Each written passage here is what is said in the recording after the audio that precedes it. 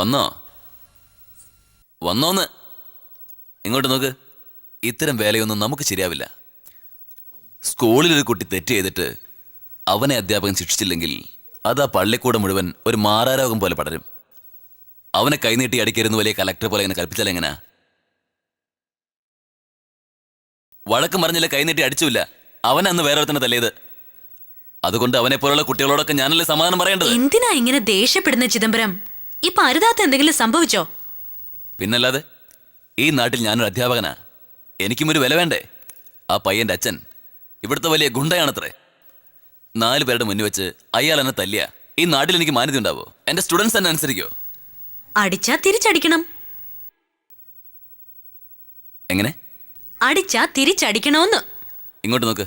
ഈ വഴക്കം വെക്കാണെന്ന് എനിക്ക് പരിചയമില്ല. ശരി, വേണ്ട. ആദ്യം നീ 2 നല്ല ഡയലോഗ് കാച്ചി അവനെ നന്നാക്കാൻ നോക്ക്. അല്ലാതെ അവൻ കൈ നീട്ടി അടിച്ചാ നീ അടി അങ്ങ് വാങ്ങിക്കോ. അമ്പടി, എന്തിനാ ഈ വണ്ടടിച്ച് നിക്കുന്നേ? പിന്നെ അവൻ കൈ നീട്ടിയെന്ന് വെച്ചോ, പെട്ടെന്ന് ഒരു പിടി മണ്ണെടുത്ത് നെഞ്ചത്തോട് ചേർത്ത് എന്നെ ധ്യാനിച്ചിട്ട് അടിക്കാൻ ആരംഭിച്ചോ. അത് കഴിഞ്ഞ ഫൈറ്റ് മുഴുവൻ നീ ജയിക്കുള്ളൂ. അങ്ങനെയാണോ? അയ്യോ, ആ അയ്യോ. ശരി, നോക്കിക്കളയാം.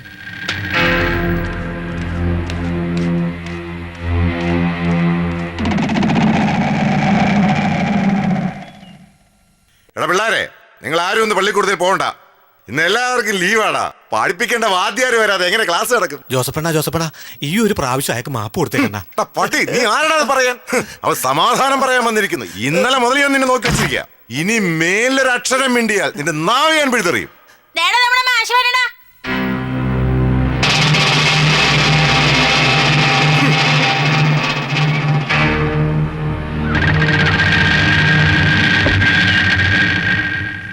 പരട്ട കഴിവറി മോനെ, എന്റെ മോന്റെ മേലെ നീ കൈവച്ചു അല്ലേ? നിർത്ത്. ഞാനൊന്ന് പറഞ്ഞോട്ടെ. നമ്മളെല്ലാവരും ഭാരതാംബയുടെ മക്കളല്ലേ, കൂടെ പറക്കാത്ത സഹോദരങ്ങൾ. നമ്മളോട് മഹാത്മാഗാന്ധി എന്താ പറഞ്ഞിരിക്കുന്നത്? എന്റെ മോനെ അടിക്കാൻ പറഞ്ഞോ? ചേച്ചേ, നോൺ വയലൻസ്, അഹിംസ.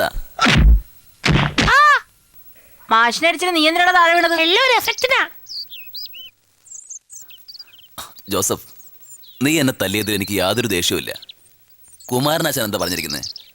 അവനവൻ ആത്മസുഖത്തിന് ആചരിക്കുന്നവ അപരന് സുഖത്തിനായി വരേണം. അദ്ദേഹം മാത്രമല്ല, നീ പൂജിക്കുന്ന യേശുക്രിസ്തു പറഞ്ഞത് ഒരു കരണത്തടിച്ചാൽ മറുകരണവും കാണിച്ചു കൊടുക്കണമെന്നാണ്. അങ്ങനെയാണോ പറഞ്ഞത്? അതെ.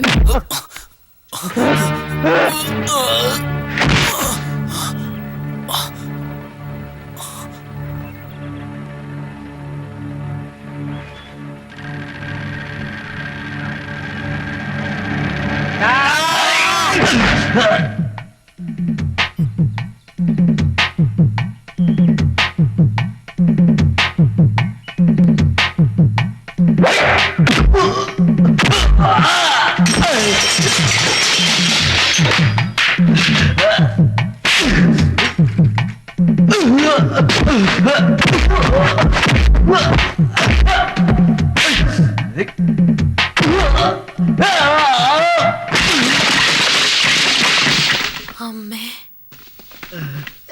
തല്ലാൻ ആരുമില്ലേ?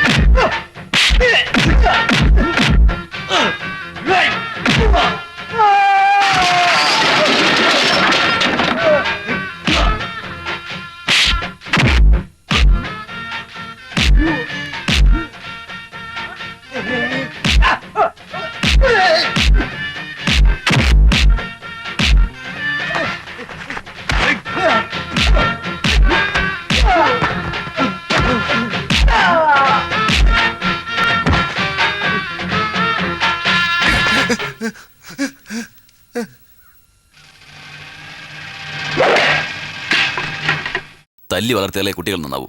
അത് അധ്യാപക ജോലിയുടെ ധർമ്മം. പോടാ. എന്താണ് തമാശ കാണും പോലെ നിൽക്കുന്നേ? എല്ലാവരും സ്കൂളിൽ പോടാ.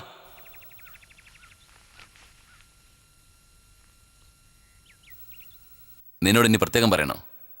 സ്കൂളിൽ പോടാ.